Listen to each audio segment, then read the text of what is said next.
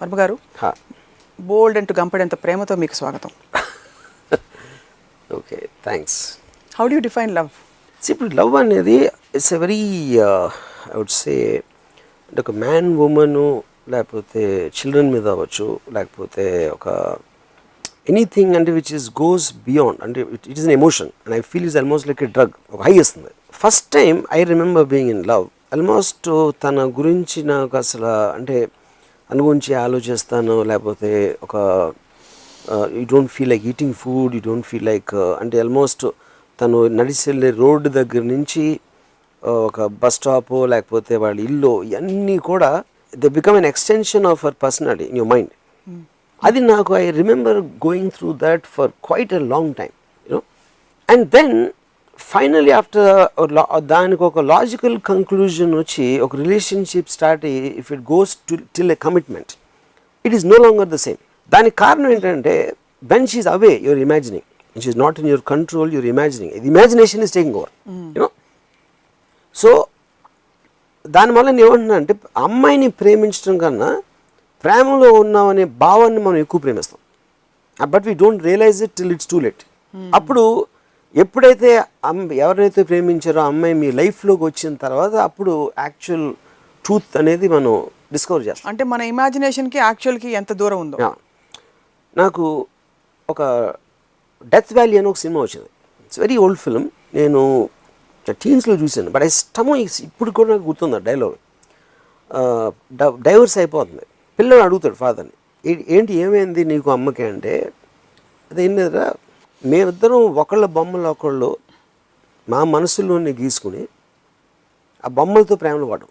పెళ్లి చేసుకున్న తర్వాత నిజం నిజం నిజం మనుషులు బయటకు వచ్చారు. Something to that extent he says, you know.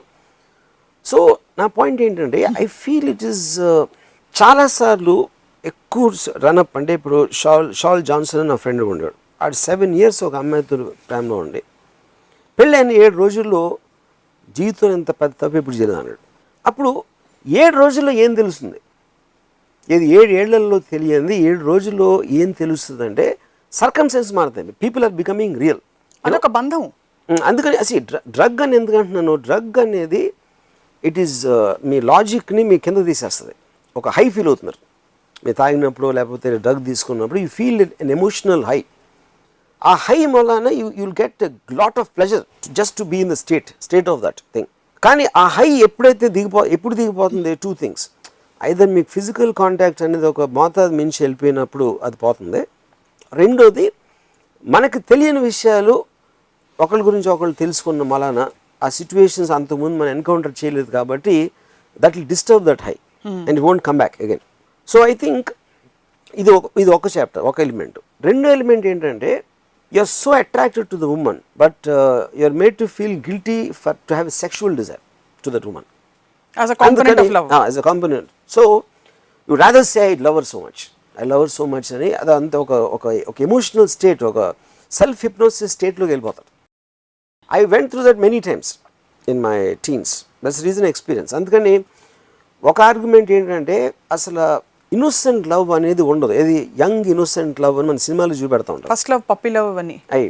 Because I think when your hormones are ranging at 16-17 the sexual element will be at the peak ఆ టైంలో, ఎందుకంటే అప్పుడే అవేకనింగ్ వస్తుంది కాబట్టి. ఇన్నోసెంట్ లవ్ అనేది మీకు మిడిల్ ఏజ్లో రావడానికి ఛాన్స్ ఉంది కానీ యంగ్ ఏజ్లో రాదన్న ఫీలింగ్. ఎందుకంటే దే టూ ఇంటర్ కనెక్టెడ్. ఒకటేమో imagination, drug induced high, second ఈ sexual attraction.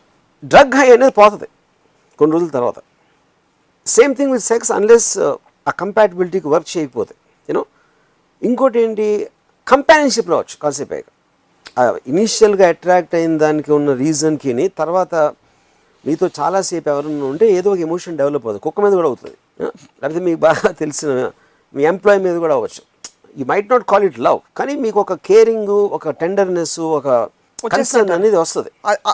That is what is companion. Yeah, అమ్మయ్య దేవుడు ఉన్నాడు. దట్స్ ఎ కంపానియన్షిప్ ఆస్పెక్ట్ అది. But that's part of love కదా. It is, yeah, that's what I'm saying. Then we have to define man woman స్పెసిఫిక్గా నీ కోసం నేను చచ్చిపోతాననే love వేరు, ట్రైన్ ట్రాక్ల కింద పడుకునో విషయం తెగించి చచ్చిపోయే లవ్ వేరు, లేకపోతే దేవదాస్ అయిపోయినది వేరు.